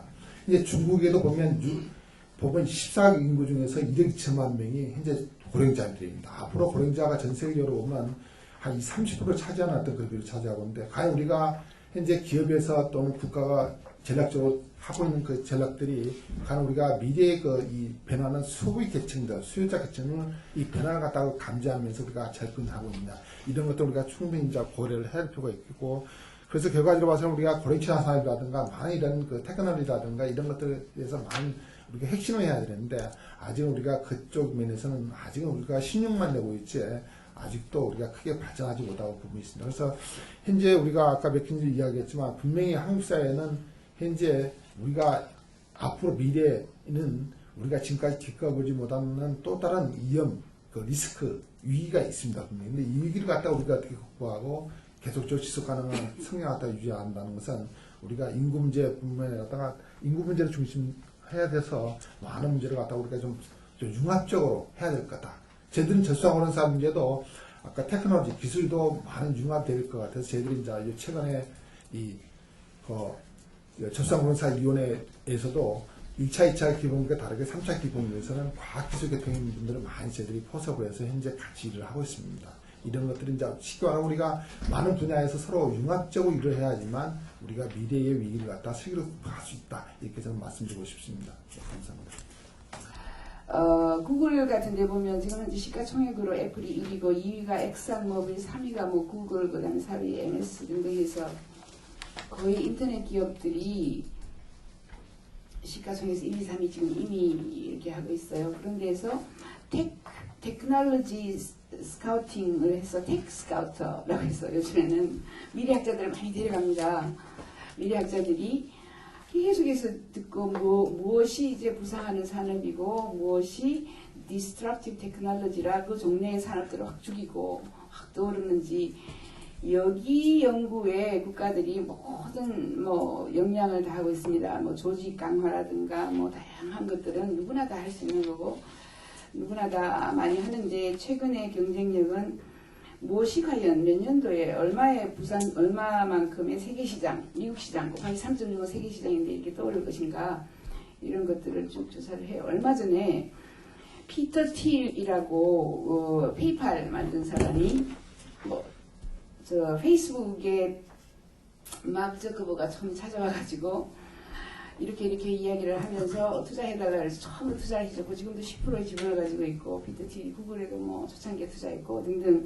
피터 틸이 한국에 와서 한 이야기가 클라우드 이야기하는 사람, 빅데이터 이야기하는 사람, 플랫폼 이야기하는 사람하고 상종을 하지 말라. 끝났다. 돈 10원도 안 된다. 이렇게 이야기를 이미 했고요. 과감하게 얘기합니다. 우리 기술이 20%더 좋아졌다. 절대로 창업하지 말아라. 10배로 좋아졌을 때에만 창업해라. 그래도 경쟁력이 있을 똥말똥이다. 하버드 비즈니스 스쿨, MBA 한 사람 상종을 말라. 왜냐면 교수님이 가르쳐주고 똑같이 10명이 나가서 사업을 똑같이 하면 천부망한다. 세계에서 독창적인 것 한 가지를 해야 된다. 이렇게 강조를 하는 것을 좀 들었는데요. 저는 우선 지금 2015년부터 저희 UN 미래 포럼 또는 테크캐스트 글로벌 등등 제가 하고 있는 기술 대책 중에서 2015년, 2020년 요 5년 사이의 변화가 지구 역사상 가장 많은 변화가 오는 시기다. 완전히 세상이 뒤집어진다. 이렇게 예측을 저희는 하고 있습니다. 그 이유는 지금 현재 인터넷 사업이 아까도 시가총액으로 가장 부자들이 인터넷 사업에서 많이 나오는데 인터넷 사업이 지금 현재 30억 명이 인터넷 접속되어 있는데 2015년에서 20년 사이에 70억이 그죠? 미니멈 70억이 갑자기 내가 떡볶이 장사하다가 내 고객이 30억이다가 70억으로 40억이 갑자기 뛰어드는 거예요. 1년 2년 사이에 지금부터. 지금도 시가총액을 1, 2, 3등 하는 이 회사들이 얼마나 더 부자가 되겠습니까? 여기에 전혀 관심이 없다라는 게 참 제가 보기는 원통하고요. 저 같은 경우에는 영국 정보 수정 30년, 저는 외국인과 결혼한 지 34년, 외국인들과 많은 이 접촉을 하면서 제가 알고 있는 것들을 여러분들에게 많이 알리고 싶어요. 알려서 여기 가서 돈 벌어라. 이런 이야기를 좀 하고 싶은데 들어주는 사람이 별로 없어요. UN 미래보고서 2045, 요 정도나 좀 베스트셀러가 돼서 좀 읽어주지만 관심들이 크게 없는데 정말 기술을 신수종 사업을 disruptive technology를 우리가 가지고 와서 여기에 투자해서 이걸 가지고 먹고 살아야 된다. 이게 가장 큽니다. 제가 뭐 거기는 조직 뭐 모든 것을 다 해도 모든 것 다른 사람 다 해요. 인간이 뭐 눈 두 개 다니면 똑같이 하는 거 말고 우리도 어디에 돈이 된다는 거를 알고 시작을 좀 했으면 좋겠습니다. 그게 지금 현재 저희는 이제 5G 이런 이야기 하죠. 4G가 나와서 모바일 인터넷 엄청나게 큰 시장입니다. 그 모바일 인터넷과 IoT, 인터넷 오브 띵스하고 인터넷 오브 에브리띵 해서 이제 마물 인터넷까지 막 가는데 이게 80억 명이 초연결 사회로 오는데 2015년, 2020년 사이에 오는 이유는 구글이 프로젝트 룬 해서 룬을 띄워요. 그게 무료 인터넷을 깔아가지고 전 세계에 2018년까지 다 깔겠다. 그 다음에 페이스북도 뭐 아센타라든가 뭐 그 무인 비행기를 올려가지고 전부 무료 와이파이기를 깔고 그 하는 이유는 백화점에 그냥 들어오시오. 와서 사가시오. 인터넷에 무조건 접속하세요. 들어와서 무언가를 사겠죠. 그래서 인터넷 인구가 지금 현재 30억에서 갑자기 70억 내지 80억. 우리의 고객이 그냥 40억이 그냥 늘어나는데 여기에 페이스북 같은 데는 internet.org를 새로 만들어서 전 세계로 연결하겠다. 뭐 이렇게 많이들 하고 있습니다. 이렇게 되면 진짜 영상 시대고 데이터 전송 속도가 지금 현재 우리가 뭐 찍찍 받는 것보다 1000배로 빨라집니다. 5G가 나오면서 1000배로 빨라지면 우선 가장 먼저 날아가는 게 글자, 문자가 날아갑니다. 요즘에도 뭐 이모티콘 하나를 찍 올리고 영상으로 확 가는 거기 때문에 신문은 2018년에 거의 없어지고요. 정말 많은 변화가 옵니다. 문자, 뭐 지금 보내는 이런 것들이 영상 메시지로 갈 것이고, 인터넷 신문도 그냥 동영상을 볼 것이고, TV 프로그램도 전부 5분짜리, 10분짜리로 이제 텔레비전도 2022년에 저희는 뭐 급출하한다. 개개인의 인터넷 사업으로 갈 것이다. 이런 이야기를 하고요. 그래서 시스코 같은 데도 지금 현재 뭐 그 트래픽 비율이 엄청나게 높아질 것이다 등등 이렇게 얘기하고 또 뭐가 있느냐 하면 인터넷 오브 띵스 IoT에서 여러분이 잘 모르는 거는 글로벌 그 플래니터리 스킨 인스티튜트가 떠요. 플래니터리 지구에다가 스킨을 깔겠다. 아주 이제 바이오 칩들이 무진장 싸져서 비행기 타고 스킨을 팍 뿌려요. 전 세계에다가. 그게 지금 나사, 시스코, 브라질 몇 개 나라가 들어가서 지금 하고 있는데 막 초기 단계이긴 하지만 우리나라는 뭐 이런 게 있는지도 모릅니다. 전 세계에 스킨을 뿌려놓으면 A라는 곳에서 B라는 곳으로 내가 아침에 감자 셔틀이 간다는 걸 알아요. 내가 감자를 팔고 싶으면 이제 옛날에는 9시 뉴스 뒤에 광고 띄워서 내 감자 맛있어요. 이렇게 선전하겠지만 이제는 나의 고객이 내 감자를 사줄 사람이 누구인지를 정확하게 알게 된단 말이죠. 플래니터리 스킨 인스티튜트 이런 것들이 뜨게 되면 그래서 그게 만약에 이제 감자가 아니고 만약에 석유라든가 뭐 이런 그 우리가 뭐 코모디티 중에서 가장 중요한 거라고 하면 국가도 5일 동안 뭐 모든 그 에너지를 못 들어오게 수입하는 나라에 막아놓으면 국가도 망할 수가 있는 거고 굉장히 이제 큰 것들이 그리고 또 지금 인터넷 1, 인터넷 2, 인터넷 3 뭐 그렇게 하면서 또 우주 인터넷도 지금 만들고 있습니다. 우주 인터넷이 만들어지면 우리는 지금 지상 인터넷만 쓰는데 우주 인터넷이 지금 나사부터 시작해서 여러 곳에서 그것도 뭐 인터플래니터리 인터넷 뭐 등등 다양한 이름으로 나오고 있는데 이런 것들이 지금 IoT 아까 모바일 인터넷 등등 해서 이 분야에 엄청난 변화가 오고 5년 사이에 지금부터 올해부터 5년 사이에 전 세계가 정말 뒤집어진다 라고 저희는 굉장히 큰 변화가 온다. 이런 상황에서 우리가 빠른 속도로 진전해서 새로운 신산업을 찾아내지 못하는 것 중에 하나가 저는 제가 보기에 제가 영국정보 소정보 등등 있어 보기에 국회가 문제다 이야기가 있어요. 우리나라에는 정치뉴스가 영국 같은 데는요 정치뉴스가 뭐 신문에 5단에 한 개 깔릴동 말동 국회에서 무슨 짓을 하는지 아무도 몰라요. 상관도 없고 국회의원 이름도 모르고 국회의원들은 양말 떨어진 거 신고 돌아다니고 뭐 국회의원들은 이제 서비스하는 이런 차원인데 우리나라는 너무 많은 파워를 가지고 있고 그것은 예산을 매년마다 국회의원들이 다루기 때문에 호주 정부는 거의 60% 예산을 10년 예산을 미리 정해놨기 때문에 매년 예산을 그저 통과시키기 하지 않습니다. 통과시키면 전부 예산 따려고 전부 국회의원들한테 파워가 몰리는 거죠. 예산 따기 위해서. 그게 지금 이제 불가능해진다라고 저희는 봅니다. 국회 소멸 또는 의회 400년의 역사가 대의 민주주의에서 신직접 민주주의로 간다. 그것이 얼마 전에 프라운호퍼 같은 데서 내놨습니다. Face Recognition, 얼굴 인식 기기가 완벽하게 지금 나오게 되면 자동으로 의회가 소멸됩니다. 왜냐하면 얼굴을 인식해서 언제든지 인터넷으로 컴퓨터로 무료로 투표를 하게 되면 전부 무료로 투표를 하는 거죠. 그죠? 국민투표가 항상 뭐 하루 종일 투표를 하게 돼요. 뭐 3번, 5번 누르면 무료인데 내가 다른 사람을 위해서 투표를 하려고 하면 이미 투표하셨습니다. 라고 나오기 때문에 얼굴을 인식해서 그죠. 그렇게 되면 왜 우리가 대의 민주주의에서 나를 대신하지도 않는 대신하는 사람들을 국회에다가 앉혀놓고 월급 주고 뭐 모든 일 서비스를 해야 될 것인가.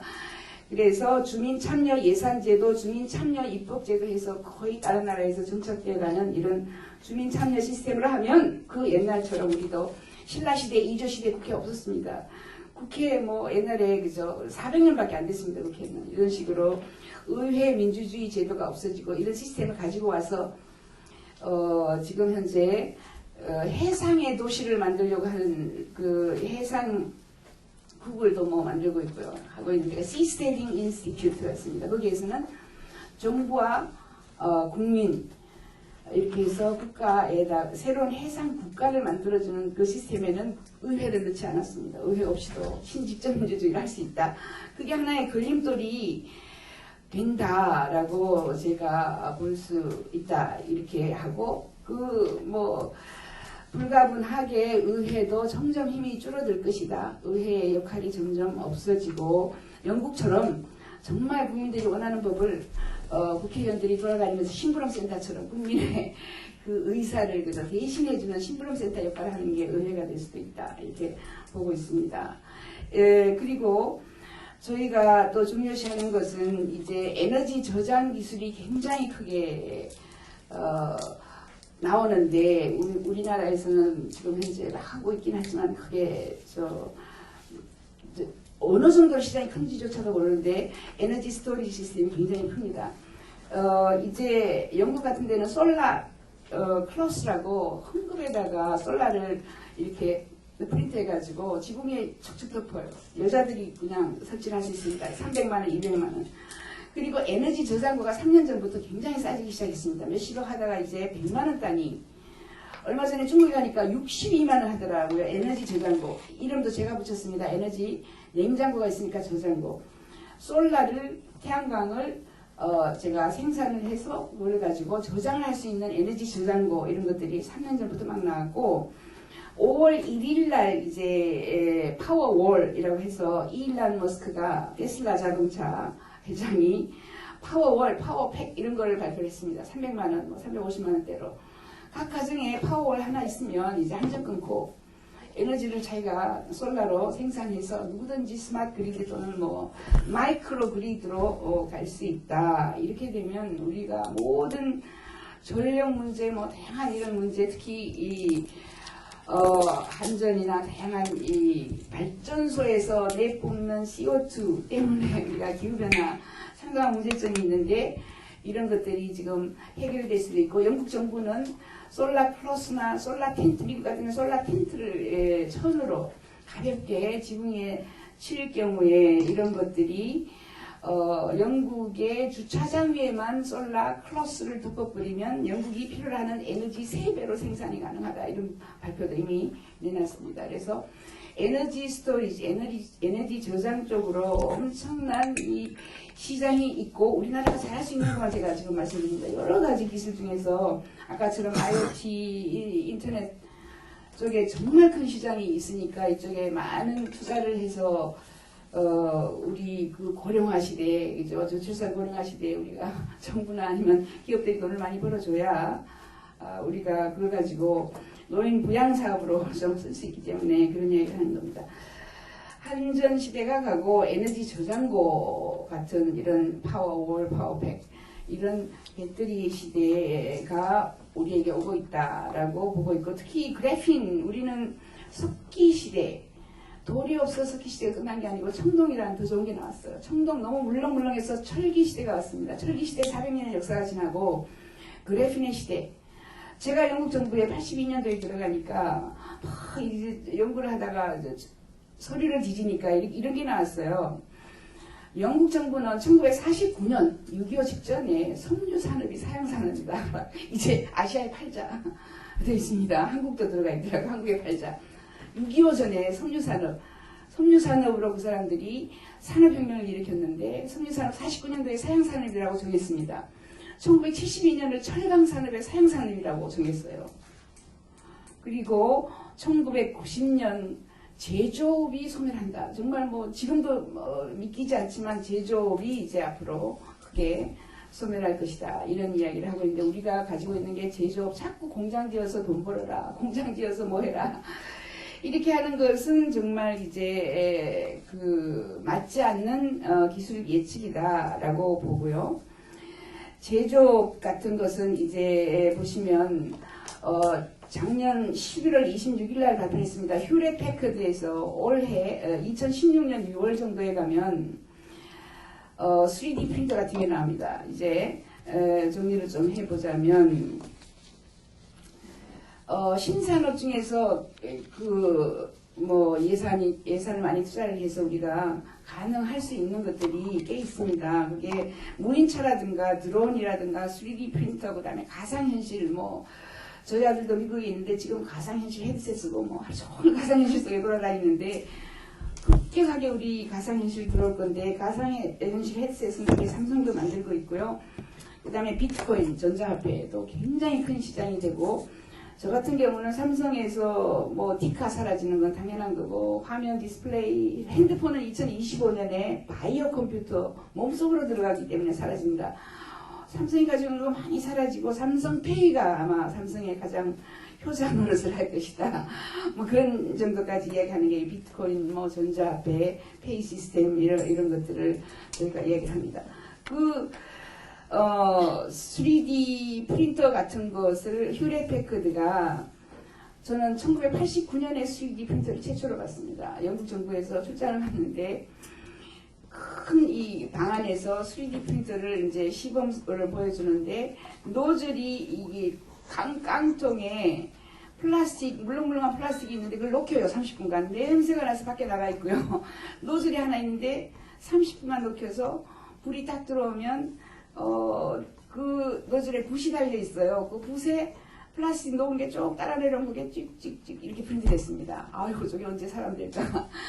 저게 무슨 제조업을 대체한다? 말도 안 돼. 그랬는데 지금 3D 프린터 너무 많이 나와서 플라스틱, 세라믹부터 시작해서 알고 있죠. 시멘트는 빌딩을 지어요. 500만 원에 빌딩을 한테를 하루 종일 프린트를 할 수 있고 거기에다가 자동차도 금속도 프린트를 하죠. 심지어 이제 얼굴 스킨도 프린트하고 장기도 프린트하고요. 거기에 혈액까지 리퀴드까지 프린트를 합니다. 그 정도까지 지금 발전하고 있는데 내년에 나오는 휴렛 패커드에서 나오는 3D 프린터는 노즐이 3만 개가 달려 있고요.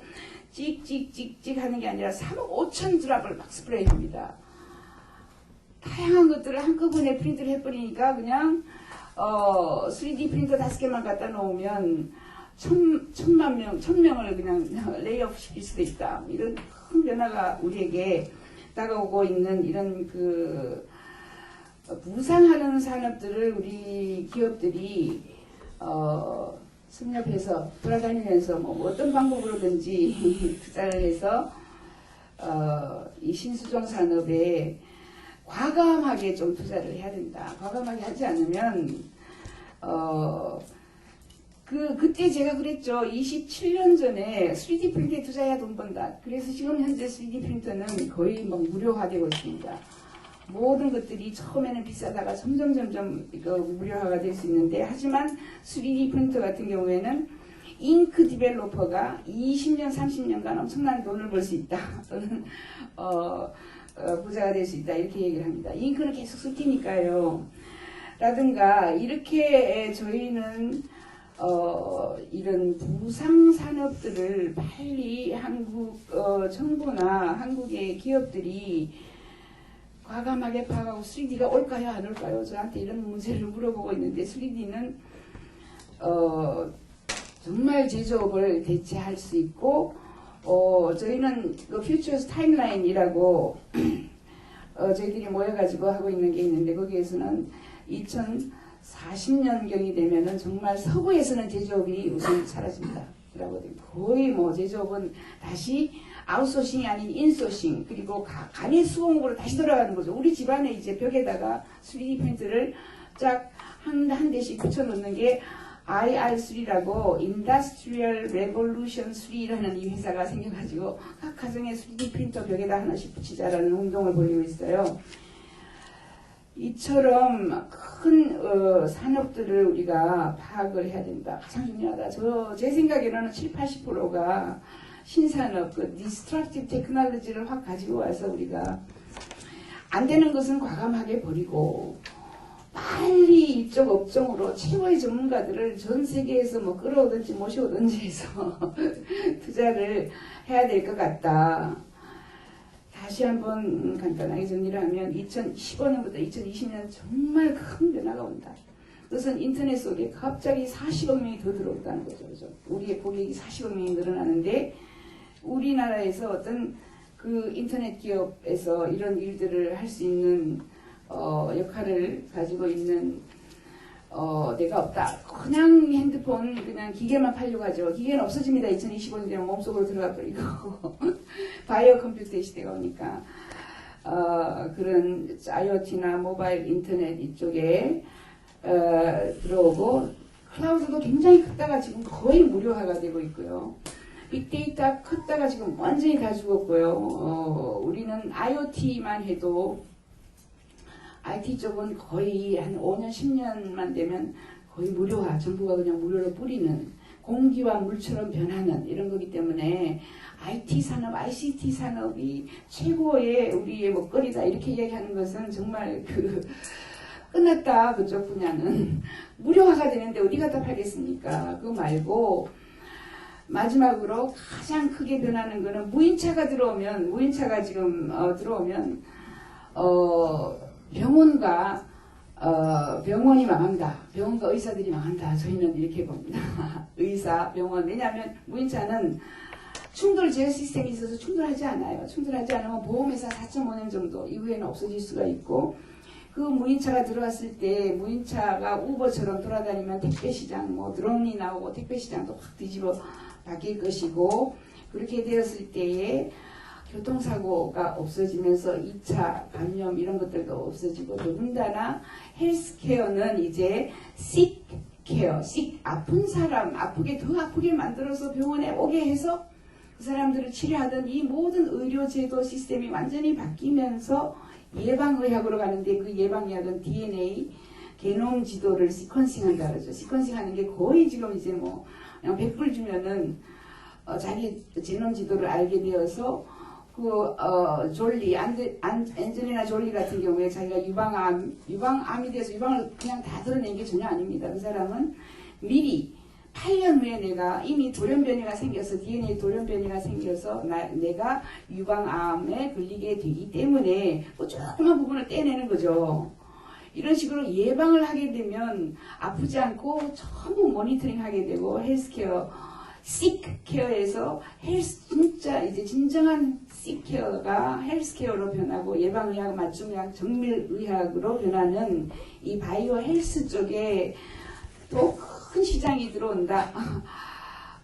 이런 분야에 우리가 대비를 해서 이쪽에 투자하는 이런 전략을 구사하지 않으면 한국은 제조업에다가 아니면 지금까지 이야기하고 있는 뭐 철강산업 가죠. 왜냐하면 그래핀이 와서 그래핀은 영국에서 맨체스터 대학교에서 2010년도에 노벨상을 받고 그래핀 가격이 굉장히 싸져서 GTA 스파노라는 회사는 이미 그래핀으로 자동차를 만들었습니다. 자동차를 제조했습니다. 그게 200배로 스틸보다 200배로 강하죠. 이런 이 신소재들도 굉장히 많이 나오고 있는데 그 중에서 또 한 번 강조하자면 딱 두 가지만 IoT 등등 해서 이제 2020년까지 정말 인터넷 쪽에 수많은 그 일자리와 수많은 새로운 신산업들이 뭐 트위터, 페이스북 많죠. 뭐 이런 그 소셜 미디어부터 시작해서 소셜 커머스 이런 쪽에 더 관심을 가져야 할 거고, 그다음에 시크 케어에서 헬스 케어로 정말 이제 예방의 학으로 가기 때문에 이쪽에도 굉장히 많은 일자리와 많은 산업이 새로운 신산업이 창출될 것이다라고 저희는 두 가지가 한국에 적합하다라고 제가 좀 의견을 말씀드립니다. 감사합니다.